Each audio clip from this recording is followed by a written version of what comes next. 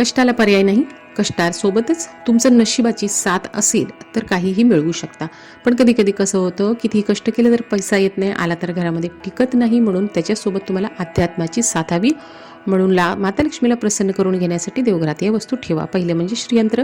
हिंदू धर्मात श्रीयंत्र देवी लक्ष्मीचा अंश मानला गेला आहे. ज्या ठिकाणी श्रीयंत्र ठेवला जातो तिथलं वातावरण शुद्ध पवित्र होतं आणि लक्ष्मी प्राप्तीचे मार्ग उघडतात.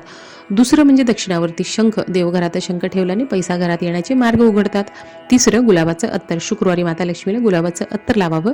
कमळाचं फूल माताला अतिप्रिय आहे. सहजासहजी भेटलं तर ठीक, नाही तर लाल गुलाबाचं फूल शुक्रवारी माता लक्ष्मीला अर्पण करा.